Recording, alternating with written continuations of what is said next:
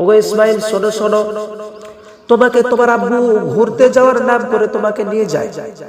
তুমি যাবা না বলে তোমাকে ঘুরতে যাওয়ার নাম করে তোমাকে নিয়ে যায়। তোমাকে তোমার আব্বু কুরবানি করার জন্য নিয়ে যায়, তুমি তোমার আব্বুর সাথে তুমি যেও না। ইসমাইল আলাইহিস সালাতু ওয়াস সালাম ইব্রাহিম আলাইহিস সালাতু ওয়াস সালামকে ডাক দিয়ে বলছেন, ওগো আব্বাজান, কে জানো পেছন থেকে আমাকে ডাক দিয়ে বলছে তুমি নাকি আমাকে ঘুরতে নিয়ে যাও না, তুমি নাকি আমাকে কুরবানি করার জন্য নিয়ে যাও। ইব্রাহিম আলাইহিস সালাতু ওয়াস সালাম বলে, ওগো ইসমাইল শোনো শোনো, আল্লাহর তরফ থেকে আমাকে হুকুম করেছেন, তাই আমি তোমাকে কুরবানি করার জন্য নিয়ে যাই। ওই শয়তান তোমাকে বাধা দেয়। তুমি দেখো 7 টুকরো পাথর, এই পাথর দিয়ে শয়তানকে তুমি নিক্ষেপ করো। হাদিস পাকের মধ্যে পাওয়া যায় ওই ইসমাইল আলাইহিস সালাতু ওয়াস সালাম সেদিনকার শয়তানকে 7 টুকরা পাথর দিয়ে নিক্ষেপ করেছিল। তাই কেউ যদি কোনো হাজিরা যদি কাবা শরীফে যদি হজ করতে যায়, একটা পাথর রয়েছে, ওই পাথর যদি নিক্ষেপ না করে তো তার হজ মুকাম্মেল হয় না। সেই জিনিসটা হাদিসে বিস্তারিতভাবে আলোচনা হয়ে গেছে। সে পাথর যদি নিক্ষেপ না করা হয় তো হজ তার মুকাম্মেল হবে না। তাই যারা হাজী সাহেব আছেন তারা বলতে পারবেন যে হজ করতে গিয়ে তারা কাবা শরীফে পাথর মারে কিনা। ইসমাইল আলাইহিস সালাতু ওয়াস সালাম পাথর মারার পর বললেন, আলহামদুলিল্লাহ, আল্লাহ আমাকে কবুল করেছে, আল্লাহ তাআলা আমাকে দিনের রাস্তায় কবুল করেছে। ওগো আব্বাজান শোনো শোনো, আমার এতে কোনো দ্বিধা নাই, আমাকে কুরবানি করে দাও। আল্লাহ তাআলা আমাকে কবুল করেছেন, আমি এই কুরবানি হওয়ার জন্য প্রস্তুত আছি। আব্বাজান আপনি নিশ্চিন্তায় থাকুন, আমি দেখবে আমি ইন্নাল্লাহা মা'আস সাবিরিন, সবুরকারীদের মধ্যে একজন আমি ইসমাইল আলাইহিস সালাতু ওয়াস সালাম হয়ে যাব। আব্বাজান, ওগো আব্বাজান, আপনার কাছে আমার কয়েকটা শর্ত। আপনি যে আমাকে কুরবানি করবে, আপনি নিশ্চিন্তায় আমাকে কুরবানি করবে, আপনি এমন ভাবে কুরবানি করবে যে আপনার যেন দিলে যেন না মায়া হয়। ওগো আব্বাজান, আমারকে দ্বিতীয়ত আমার যে শর্ত, আমাকে যে আপনি কুরবানি করবেন, কুরবানি করার পর আমার গায়ের যে জামাখানা রক্ত মাখানো জামা, এই জামা নিয়ে গিয়ে আমার মা হাজেরা আলাইহিস সালাতু ওয়াস সালামকে আপনি দিবেন। আমার মা বড্ড খুশি হয়ে যাবে আর আমি শহীদের দরবারে আমি কবুল হয়ে যাব। ইব্রাহিম আলাইহিস সালাতু ওয়াস সালাম বললেন, ওগো সন্তান শোনো শোনো, চলো দেরি করা যাবে না। ইব্রাহিম আলাইহিস সালাতু ওয়াস সালাম ইসমাইলকে নিয়ে চলে গেলেন।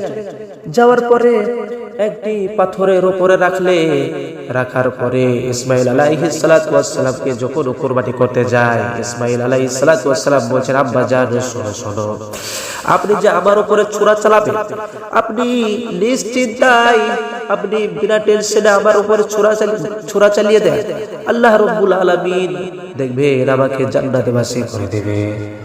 ইব্রাহিম আলাইহিস সালাতু ওয়াস সালাম ইসমাইল আলাইহিস সালাতু ওয়াস সালামকে যখন শুইয়ে দিলেন, শুইয়ে দেওয়ার পর ইব্রাহিম আলাইহিস সালাতু ওয়াস সালাম ছোরা বের করে ইসমাইল আলাইহিস সালাতু ওয়াস সালামের গলায় ছোরা চালিয়ে দিলেন। বাবা, ছোরা চালিয়ে দেওয়ার পর হাদিস পাকের মধ্যে পাওয়া যায় যে ইসমাইল আলাইহিস সালাতু ওয়াস সালাম এটা প্রসব পর্যন্ত কাটে নাই। জোরে বলুন না একবার সুবহানাল্লাহ। ইসমাইল আলাইহিস সালাতু ওয়াস সালাম ডাক দিয়ে বলছেন, ওগো আব্বাজান শোনো শোনো, আপনার হয়তো কষ্ট হয়, আপনার আমি একমাত্র সন্তান ইসমাইল। ওগো আব্বাজান, আপনার যদি কষ্ট হয় আপনার চোখে রুমাল বেঁধে নেন, রুমাল বেঁধে আমার গলায় আপনি ছোরা চালিয়ে দেন। ইসমাইল আলাইহিস সালাতু ওয়াস সালাম যখন এই কথা বললেন, ইব্রাহিম আলাইহিস সালাতু ওয়াস সালাম মুখে চোখে রুমাল বেঁধে দিলেন।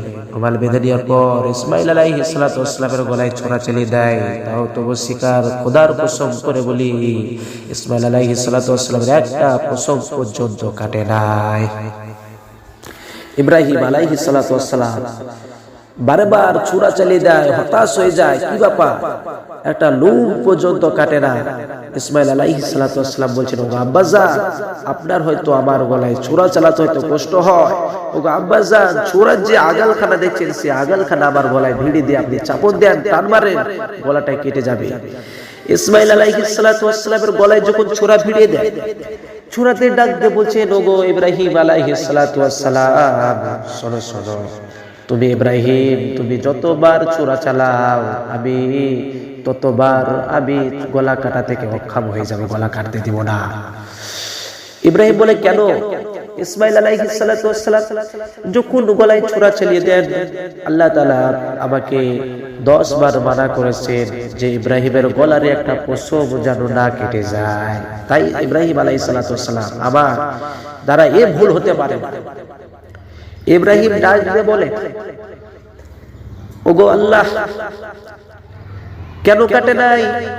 ইসমাইল আলাইহিস সালাতু ওয়াস সালাম ডাক দিয়ে বলছেন, ওগো আব্বাজান, শোনো শোনো, আপনি ভালোভাবে চাপন দেন আপনার মনটাকে, আপনার দিলটাকে শক্ত করে, আপনার দিলটাকে নিষ্ঠুর করে আমার গলায় ছোড়াটা আপনি চালিয়ে দেন।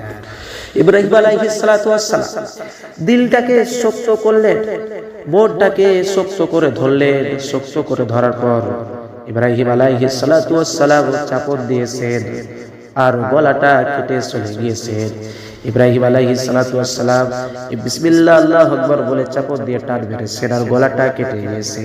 ইব্রাহিম আলাইহিস সালাতু ওয়াস সালাম ভাবছেন যে আমার সন্তান ইসমাইল আলাইহিস সালাতু ওয়াস সালামের গলাটা কেটেছে, কিন্তু না, আল্লাহ রাব্বুল আলামিন জিবরিলকে ডাক দিয়ে বলছেন, ওগো জিবরিল, শোনো শোনো, আমি ইব্রাহিম আলাইহিস সালাতু ওয়াস সালামকে পরীক্ষা করতে চেয়েছিলাম, আর ইব্রাহিম আমার হাবিবুল্লাহ সেই পরীক্ষায় পাস করেছে, আমি পাস করেছি। ওগো আল্লাহ, আমি আল্লাহ তার উপরে অনেক মুগ্ধ হয়ে গেছি, আমি আল্লাহ তার প্রতি অনেক খুশি হয়েছি। ওগো জিবরিল, যাও যাও, তুমি আর দেরি করো না, জান্নাত থেকে একটি দুম্বা নিয়ে যাও। দুম্বা নিয়ে যাওয়ার পরে ইসমাইল আলাইহিস সালাতু ওয়াস সালামকে সরিয়ে নাও, সরিয়ে নেওয়ার পরে তুমি দুম্বাটা ছড়ার তলায় রেখে দাও। জিবরিল আলাইহিস সালাতু ওয়াস সালাম জান্নাত থেকে দুম্বা নিয়েছে, ইসমাইল আলাইহিস সালাতু ওয়াস সালামকে সরিয়ে দিয়েছে। আর ইব্রাহিম আলাইহিস সালাতু ওয়াস সালাম এতটাই বিশ্বাসের ন্যায় ছুরা চালিয়েছেন, মনে করছেন আমার সন্তানের গর্দনটা কেটে গেছে। জোরে বলুন না একবার সুবহানাল্লাহ। তখন থেকে বিরাদার ইসলাম, আমাদের দুনিয়াতে দুম্বা কুরবানি দেওয়া, ছাগল গরু ভেড়া দুম্বা কুরবানি দেওয়া এই দুনিয়ার মধ্যে জারি হয়েছে। আজ যদি ইসমাইল আলাইহিস সালাতু ওয়াস সালাম যদি কুরবানি হয়ে যেত, আজ দুনিয়ার মধ্যে আপনার আমার মধ্যেও আপনাদেরকে সন্তানদেরকে কুরবানি করতে হতো।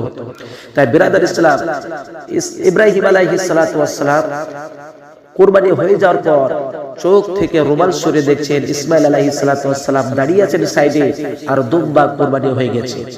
ইব্রাহিম আলাইহিস সালাতু ওয়াস সালাম বড় টেনশন হয়ে গেলেন। ইব্রাহিম ভাবছেন আমার সন্তান ইসমাইল আলাইহিস সালাতু ওয়াস সালাম হয়তো মৃত্যুর ভয়ে সরে গিয়েছেন। জিবরিল আলাইহিস সালাতু ওয়াস সালাম ইব্রাহিম আলাইহিস সালাতু ওয়াস সালামকে ডাক দিয়ে বলেন, ও ইব্রাহিম, তুমি ভয় পেও না, আল্লাহ তাআলা তোমাকে পরীক্ষা করতে চেয়েছিল আর তুমি সেই পরীক্ষায় পাস করেছো। আল্লাহ তাআলা তোমাকে দেখতে চেয়েছিল যে তুমি আল্লাহকে কতটা ভালোবাসো, আল্লাহর জন্য তুমি কি কি করতে পারো। ওগো ইব্রাহিম, শোনো শোনো, তুমি আল্লাহর দরবারে পাস করে গিয়েছো, আল্লাহ তাআলা তোমার প্রতি অনেক খুশি হয়েছে। ইসমাইল আলাইহিস সালাতু ওয়াস সালাম ইব্রাহিম আলাইহিস সালাতু ওয়াস সালাম এই কথা শোনার পরে ইব্রাহিম এবং ইসমাইল দুজনে বাপ ছেলে মিলে আল্লাহর কাছে শুকরিয়া আদায় করলেন। আর আল্লাহ তাআলা বলেন সুবহানাল্লাহ, আর জিবরিল আলাইহিস সালাতু ওয়াস সালাম বলেন আল্লাহু আকবার, আল্লাহু আকবার। এই যখন বললেন আজ দুনিয়ার মধ্যে, তখন থেকে আজ আমরা যখন কুরবানির খুতবা দেওয়া হয়, কুরবানির যখন গরুকে যখন কাটা হয়, পশু যখন কাটা হয়, কাটার পরে আমরা একটা খুতবা পড়তে থাকি মানুষের আমার সামনে, আমরা ঈদগাহর ময়দানে একটা খুতবা পড়তে থাকি, আল্লাহু আকবার, আল্লাহু আকবার, লা ইলাহা ইল্লাল্লাহ, আল্লাহু আকবার, আল্লাহু আকবার, লিল্লাহিল হামদ। এটা জারি হয়ে গেছিল। বিরাদার ইসলাম, এ হলো ইতিহাস কুরবানি। আল্লাহ রাসূল ইব্রাহিম আলাইহিস সালাতু ওয়াস সালাম নিজের সন্তানকে কুরবানি করার জন্য উনি দ্বিধা করেন নাই, মায়া করেন নাই। আজ